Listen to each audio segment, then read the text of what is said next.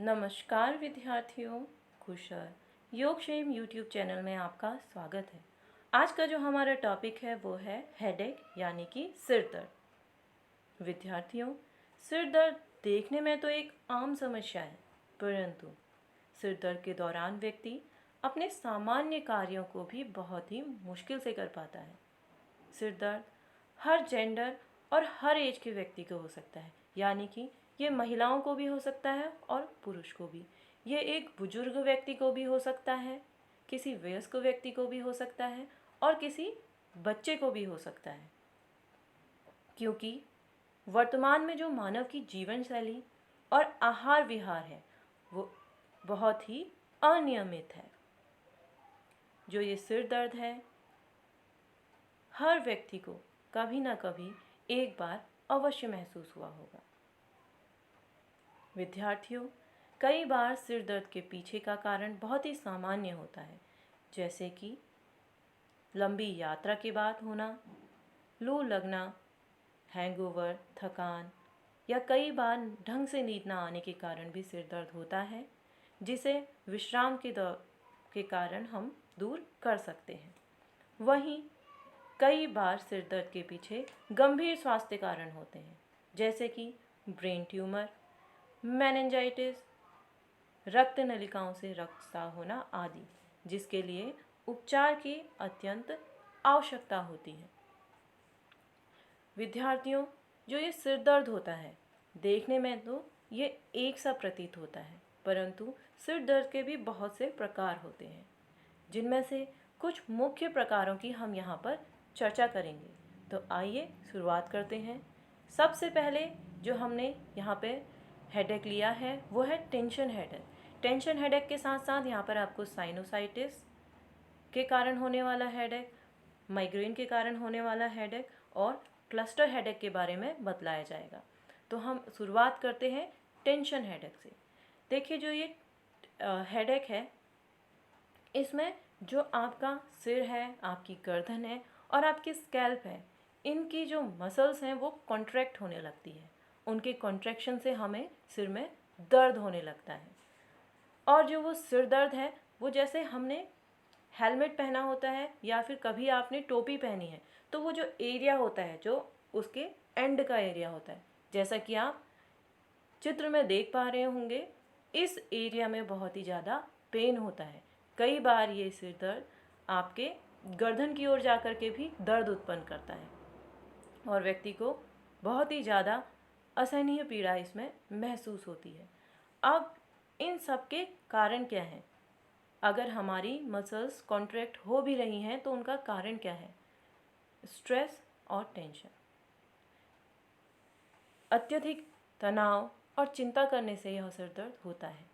यदि आप वर्क को बहुत ही प्रेशर के साथ करते हैं, यानी कि आप पे अत्यधिक कार्यभार है, तो भी यह समस्या उत्पन्न होती है। कई बार हमारा शारीरिक मुद्रा यानी कि पोस्चर ठीक नहीं होने से भी ये कारण ये सिर दर्द होता है, जैसे कि झुक कर के बैठना, बहुत देर तक एक ही स्थिति में बैठने आदि के कारण। वहीं हमारे रक्तचाप के बढ़ने के कारण, कभी कभी थकान के कारण, और यदि हम टायरामाइन तत्वों वाले भोजन का ज़्यादा यूज़ कर रहे हैं तो उस कारण भी ये समस्या होती है, जैसे कि चाय, कॉफ़ी, सिगरेट। अगर आप इसको लॉन्ग ड्यूरेशन में लेते हैं तो ये आपके सिर दर्द का एक कारण बन सकती है। तो आइए अब नेक्स्ट हम पढ़ते हैं साइनस हेडेक। साइनस हेडेक, जैसे कि नाम से ही आपको विदित हो रहा है कि साइनस से होने वाली समस्याओं के कारण। विद्यार्थियों, हमारा जो बॉडी है उसमें, हमारे चेहरे में साइनस कैविटी होती है, यानी कि साइनस गुहा। इस गुहा के मेन कार्य होते हैं आपकी वॉइस को रिजोनेंस देना और साथ ही जो हमारे सिर का भार है वो हमारी गर्दन पर ना पड़ने देना। ये जो साइनस है यह हमारे सिर के बीच का एक रिक्त स्थान है जो वायु से भरा होता है और आगे जा कर के यह हमारी नाक की गुहा में खुलता है। कई बार एनवायरनमेंट के कारण, जैसे कि ठंड लगने से, एलर्जी से, या फिर स्नायिक तनाव और भावनात्मक असंतुलन के कारण इन साइनस में इन्फ्लेमेशन यानी कि सूजन या फिर पस भर जाता है, जिस कारण हमें सिर दर्द उत्पन्न होता है। कई बार जो हमारे सीलियाँ हैं वो अगर ढंग से वर्क ना करें तो उस कारण भी हमें यह साइनस हेडेक हो सकता है। जो हमारे सीलियाँ हैं वो विजातीय द्रव्यों को, टॉक्सिक मैटर को हमारे नॉस्ट्रल में प्रवेश करने से रोकते हैं। अगर वह अपने इस कार्य को पूर्ण रूप से ना कर पाएँ तो भी हमें सिर दर्द हो सकता है। वहीं अगर नेज़ल पॉलिप है, यानी कि अगर आपने कभी सुना होगा कि डॉक्टर बोलते हैं कि नाक की हड्डी बढ़ गई है या मांस बढ़ गया है, यदि आपके साथ ऐसी स्थिति हो गई है तो भी आपको साइनोसाइटिस होगा और उस साइनोसाइटिस के कारण आपको सिर दर्द हो सकता है। आपको जो ये सिर दर्द साइनोसाइटिस के कारण ही है, आप कैसे पता करेंगे? आपको पता करना पड़ेगा उनके लक्षण को देख करके। जैसे कि जब आपको साइनस हेडेक होगा तो उसके साथ साथ आपको अपनी नासिका मार्ग में कुछ अवरोध सा लगेगा, जैसे कि आपकी नाक बह सकती है या फिर वो बंद हो सकती है या फिर उसमें आपको खुजली सी महसूस हो सकती है। कई बार इसमें आपको फीवर भी आता है। कई बार इसमें जो आपका पेन है वो कान और दांतों की ओर भी जाता है।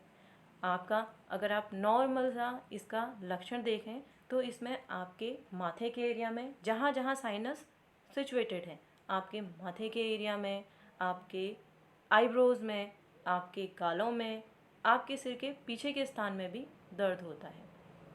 आइए अब हम नेक्स्ट हेडेक पढ़ते हैं, क्लस्टर हेडेक।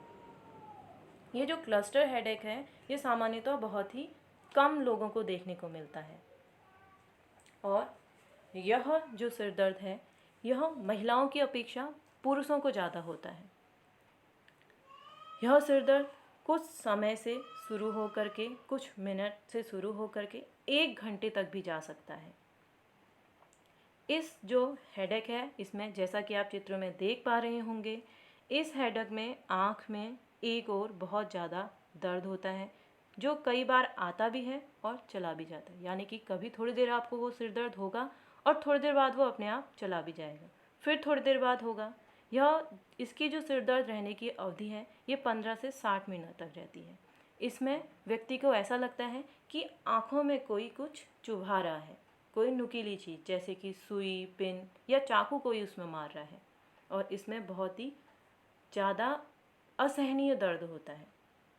यह बोला जाता है कि माइग्रेन से भी ज़्यादा सिर दर्द इस दर्द में होता है और इसमें आपकी नाक भी बह सकती है, जो आपकी आँखों की आईलिड है वो भी ड्रॉप हो सकती है, वो भी छोटी होके नीचे को क्या कहते हैं, गिर सकती है। अब ये जो सिर दर्द है इसके अगर हम कारणों की बात करें तो ये बोला जाता है जब हमारा हाइपोथैलेमस हाइपर एक्टिव हो जाता है तो उस कारण ये सिर दर्द होता है। हाइपोथैलेमस जब उसकी एक्टिविटी बढ़ जाती है तो स्फिनोपैलेटाइन जो गैंग्लिया होते हैं वो जो इम्पल्सेस भेजते हैं आगे, उसके कारण हमारी जो वेसल्स है वो डाइल्यूट हो जाती है, जिस कारण आगे जा कर के जो हमारे पेन रिसेप्टर्स होते हैं वो एक्टिवेट हो जाते हैं और उसके बाद हमें असहनीय दर्द महसूस होता है। कई बार इसके जो कारण होते हैं हाइपोथैलेमस की एक्टिविटी के, ओवर एक्टिविटी के कारण जो होते हैं वो धूम्रपान, शराब की आदत भी हो सकती है और कई बार क्या होता है जो हम बार बार तेज गंध के कांटेक्ट में रहते हैं उस कारण भी ये सिर दर्द हो सकता है, जैसे कि तेज परफ्यूम हो गया, तेज पेंट या फिर पेट्रोल की गंध, उस कारण भी ये सिर दर्द होता है। इस सिर दर्द में एक होता है बाउट पीरियड और एक होता है रिमिशन पीरियड। यानी कि अगर आपको रेगुलर पर डे किसी पर्टिकुलर टाइम पे ये रिपीट हो रहा है तो उसको बाउट पीरियड बोलते हैं, जो लगभग जनवरी से मार्च तक का चलता है। रिमिशन पीरियड जिसमें यह मार्च से शुरू होता है। आगे अब हम बात करते हैं नेक्स्ट जो हमारा हेडेक है वो है माइग्रेन। जो माइग्रेन है ये बहुत ही व्यक्तियों को देखने को मिलता है। वर्ल्ड ब्रेन डे के नाम से माइग्रेन के लिए अवेयरनेस चलाई जाती है 22 जुलाई को। अगर हम माइग्रेन के शब्द की बात करें तो माइग्रेन का शब्द ग्रीक शब्द हेमिकॉर्निया से लिया गया है, जिसका अर्थ है आधी खोपड़ी। यानी कि जो ये सिर दर्द है इसमें व्यक्ति के सिर के एक ओर यानी कि सिर के आधी पूरी सिर में दर्द होता है। अब अगर हम माइग्रेन के सिर दर्द की बात करें तो इसके सिर दर्द को हम इसकी पूरी फेस को हम 4 भागों में बांट सकते हैं, जिसमें है प्रारंभिक लक्षण, आभा, दौरे का स्थिति और अंतिम लक्षण। प्रारंभिक लक्षण यानी कि प्रोड्रोम, इसमें क्या होता है, व्यक्ति में मूड स्विंग्स होने लगते हैं, उसको भोजन के प्रति बहुत ही ज़्यादा क्रेविंग हो जाती है, उसको बार बार यूरिन के लिए जाना पड़ता है और कई बार कुछ उनमें उबासी और जम्हाई आने लगती है। जैसे ही इस तरीके के लक्षण उत्पन्न हो तो हमें समझ लेना चाहिए कि अब हमें ये दर्द हो सकता है। उसके पश्चात की जो स्थिति आती है वो आती है ऑरा यानी कि आभा। आभा में जो माइग्रेन के दौरे से ठीक पहले होने वाला एक लक्षण है। इसमें लगभग जो इसकी अवधि है वो 20 से 60 मिनट तक की होती है। इसमें व्यक्ति धूप, प्रकाश और ध्वनि के प्रति बहुत ज़्यादा संवेदनशील हो जाता है। उसकी दृष्टि भी क्या होती है, अस्पष्ट होने लगती है। जैसे कि आपने कभी देखा होगा कि बचपन में हम सूरज को एक नज़र से देखते रहते थे और जब उससे नज़र हटाते थे तो हमें एक धब्बेनुमा संरचना दिखती थी हर जगह, हम जहाँ भी देखें।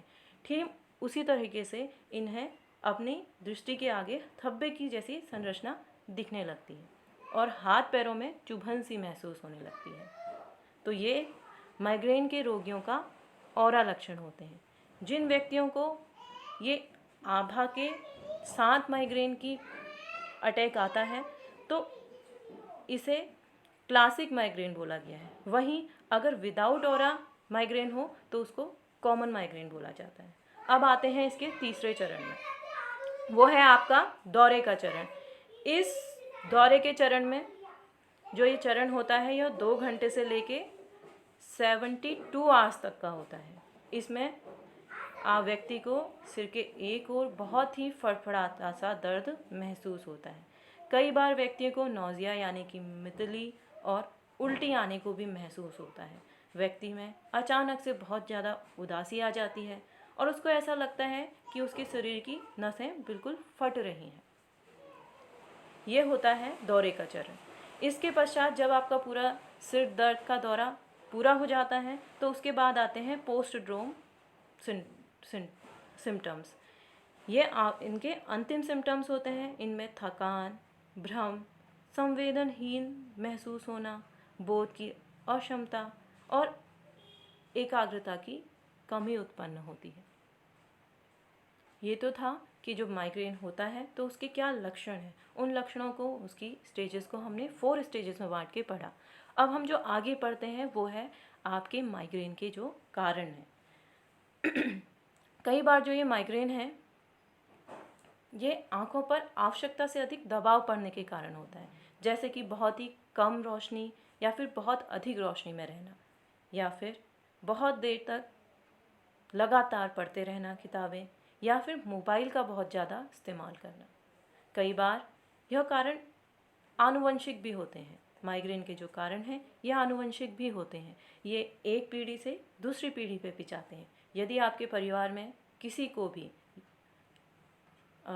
माइग्रेन की समस्या है तो आगे बहुत ज़्यादा चांसेस हैं कि आपकी भावी पीढ़ी में भी माइग्रेन हो। कई बार सिर और गर्दन से संबंधित समस्या के कारण भी ये माइग्रेन होता है, जैसे कि सर्वाइकल के कारण, चोट लगने के कारण, इस कारण भी ये सिर दर्द हो सकता है। आगे हम बात करें तो कई बार हार्मोन्स के असंतुलन के कारण भी ये सिर दर्द होता है। बहुत सारी स्त्रियों में कॉन्ट्रासेप्टिव पिल्स लेने के कारण, मोनोपोज के कारण या मेंस्ट्रुअल साइकिल के पहले, बाद में या उस दौरान भी ये माइग्रेन का सिर दर्द हो सकता है। क्योंकि जो ये माइग्रेन का सिर दर्द है ये हार्मोन्स के संग भी रिलेट कर सकते हैं। कई बार एस्ट्रोजन और प्रोजेस्टेरोन हार्मोन के डिसबैलेंस के कारण ये सिर दर्द होता है। कई बार नॉन एड्रेनलिन और प्रोजेस्टेरोन की मात्रा बढ़ने के कारण भी सिर दर्द होता है, जिससे क्या होता है, हमारा सेरोटोनिन का लेवल बढ़ जाता है। जहाँ सेरोटोनिन का लेवल बढ़ेगा वहाँ हमारी जो ब्लड वेसल्स हैं वह डाइल्यूट हो जाएंगी या फिर सक्रिय हो जाएंगी, जिससे ब्लड सर्कुलेशन प्रॉपर नहीं होगा और रिजल्ट यानी कि आउटकम आएगा आपका सिर दर्द। कई बार मेलेटोनिन का स्तर कम होने से भी हमें ये माइग्रेन का सिर दर्द होता है। आगे हम बात करें आहार की या फिर फूड की, तो बहुत सारे ऐसे भोजन हैं जो सिर दर्द, ये माइग्रेन के सिर दर्द को बढ़ाने का कार्य करते हैं, जैसे कि मोनोसोडियम ग्लूटामेट युक्त जितने भी आहार हैं, जो भी चाइनीज़ फूड हैं, वो इस सिर दर्द का कारण होते हैं। या फिर अन्य भोजन जैसे चॉकलेट, कॉफ़ी या खट्टे फल, इनको खाने के कारण भी सिर दर्द होता है। आगे हम बात करते हैं सिर दर्द के अन्य कारण की। मानव व्यक्तित्व, काम, क्रोध, लोभ, मोह, भय या महत्वाकांक्षा, आसक्ति से युक्त जो व्यक्ति होते हैं, जो हमेशा तनाव, चिंता इन सब में रहते हैं, उन व्यक्तियों को भी यह माइग्रेन का सिर दर्द होता है। अब हम बात करते हैं वातावरण की। यह भी आवश्यक है कि हम किस वातावरण में रह रहे हैं। यदि आप धूप, शोर, तनाव इन सब के वातावरण में रहते हैं, ऐसे वातावरण से भी माइग्रेन का सिर दर्द हो सकता है। वहीं चंद्रमा और बादल की स्थिति होने पर इस माइग्रेन के सिर दर्द में कमी आती है।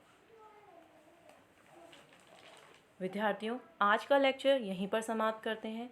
अब जो नेक्स्ट लेक्चर है उसमें आपको यौगिक मैनेजमेंट बतलाया जाएगा हर प्रकार के सिर दर्द का। धन्यवाद।